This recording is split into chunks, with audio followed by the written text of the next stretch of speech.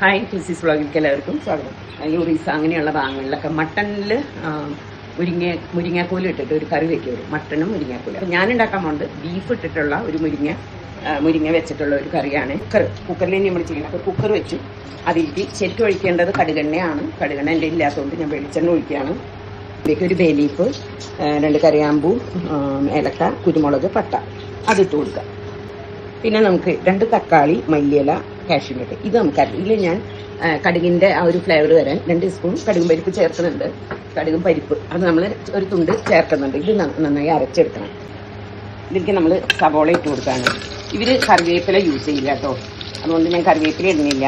ഇഞ്ചി അരക്കെ ചെയ്യുക, പക്ഷേ ഞാൻ അരിഞ്ഞിട്ടു. 2 പച്ചമുളകും നമ്മളതിലേക്ക് ആവശ്യത്തിനുള്ള ഉപ്പിട്ട് കൊടുക്കാം.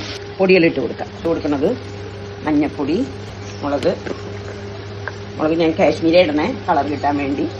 ഒരു 1.5 സ്പൂൺ കാശ്മീരി. മല്ലിപ്പൊടി അതും ഒരു 1.5 സ്പൂൺ മല്ലിപ്പൊടി.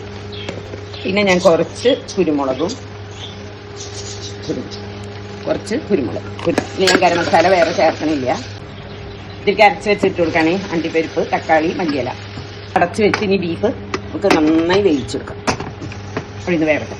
ബീഫ് നമ്മൾ അരിഞ്ഞ് വേവിച്ചിട്ട് നെയ്യുള്ള ബീഫ് വേണേ അതിട്ട് കൊടുക്കാൻ. ഇനി ബീഫ് വേവാൻ വേണ്ടി നമുക്ക് ഇത്തിരി ഉപ്പും ഒരു തുണ്ട് വെള്ളം കൂടി ഒഴിച്ച് നമുക്ക് ബീഫ് ഒന്ന് വേവിച്ചെടുക്കാം. വെള്ളം ഒഴിക്കണമെന്നില്ല, ബീഫിൽ നിന്ന് ഇറങ്ങിപ്പോൾ. നമ്മുടെ ബീഫിൻ്റെ ഇറക്കെ പോയി ഒന്ന് തുറന്ന് നോക്കാം. മുരിങ്ങയ്ക്ക ഇത് ഇന്ന് ഇവിടെ ഷോപ്പിലെ കുട്ടി കൊണ്ടെന്താ ഒരുപാട് കൊണ്ടുവന്നു. അപ്പം ഞാൻ ഇതൊരു കറി ഇത് കണ്ടപ്പോൾ ഒന്ന് ഉണ്ടാക്കി നോക്കാം. പിന്നെ ഇവിടുത്തെ എൻ്റെ സ്റ്റാഫും അവരെപ്പോഴും മുരിങ്ങയ്ക്കിട്ട് ബീഫ് വയ്ക്കുന്നു പറഞ്ഞു. അപ്പോൾ ഒന്ന് വെച്ച് നോക്കാമെന്ന് വെച്ചു. കുറച്ചേ ഒഴിക്കണുള്ളൂ കേട്ടോ. ഇനി ഇത് അടച്ച് വെച്ചിട്ട് നമുക്കേ ഒരു വിസിലടിച്ചിട്ട് ഓഫ് ചെയ്യാം. അതിന് നമ്മുടെ ഇത് മുരിങ്ങയ്ക്ക ഇട്ടു ആയി തുറക്കാം. എയർ പോയി തുറന്നു. നല്ല വറുത്തരച്ച കറി പോലെ ഇരിക്കണം. നമ്മളൊന്നും ഇട്ടിട്ടില്ല. കണ്ടില്ലേ, എൻ്റെ ഗ്രേവി സൂപ്പർ ടേസ്റ്റ്. ഞാനിപ്പോൾ ഇത് ഉണ്ടാക്കുന്നത് രാത്രി ചപ്പാത്തിക്കാണ്.